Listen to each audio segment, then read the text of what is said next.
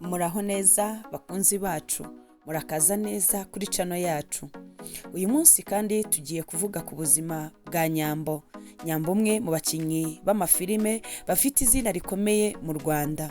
Tugiye kureba uko yatangiye urugendo rwe rwa sinema, ibyo amaze kugeraho ndetse n'inkuru y'urukundo rwe iherutse kuvugisha benshi. Nyambo ni umukinnyi wa filime nyarwanda uzwi cyane ku izina ry'ubuhanzi rya Nyambo.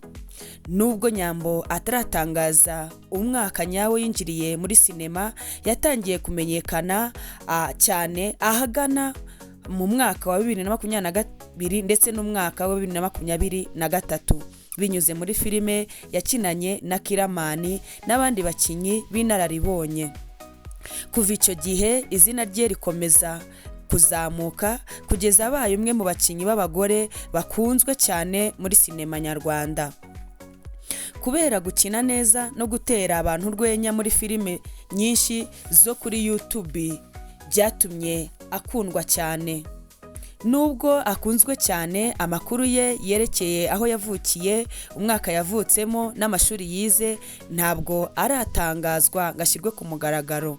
Nyamara Nyambo yahisemo kugumisha ubuzima bwe bwite kure y'itangazamakuru. Nyambo yinjiye mu rugendo rwa sinema cyangwa se mu ruganda rwa sinema yifashishije impano ye yo gukina. Yagiye agaragara muri filime zitandukanye, aza kwamamara cyane aho yakoranye n'abakinnyi barimo Kiramani ndetse na Dogiteri Nsabi. Uko yakomezaga gukina niko abafana be bagendaga biyongera kubera ubuhanga bwe no gukina yinjira neza mu mwanya ahabwa.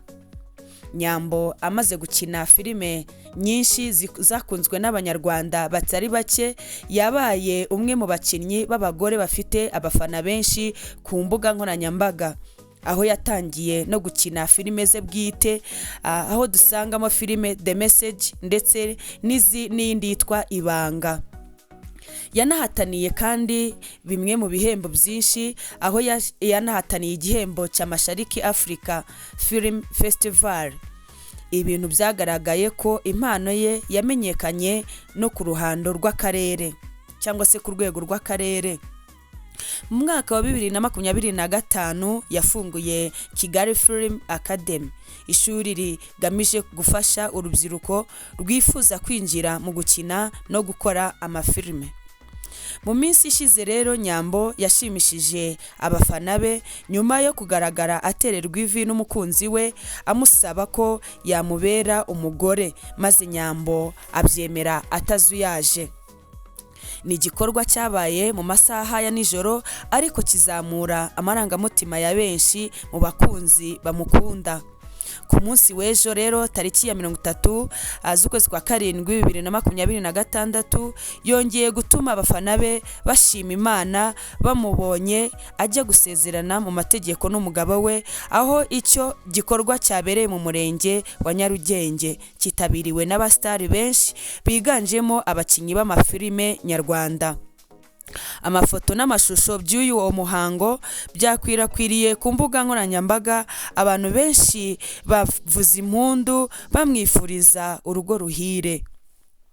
Nyambo ni urugero rw'umuntu wageze ku tsinzi abikesha impano ye, umurava ndetse n'umuhate.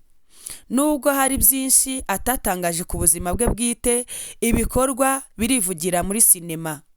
Ese wowe ni iyihe filime Nyambo yakinnye mo wakunze kurusha izindi? Tubwire muri komenti cyangwa se dushyirire mu igitekerezo cyawe muri komenti. Niba kandi wakunze iyi video, kanda like, subscribe, unakane kukazogera kugira ngo ujye ubona izindi nkuru. Murakoze cyane, turabakunda.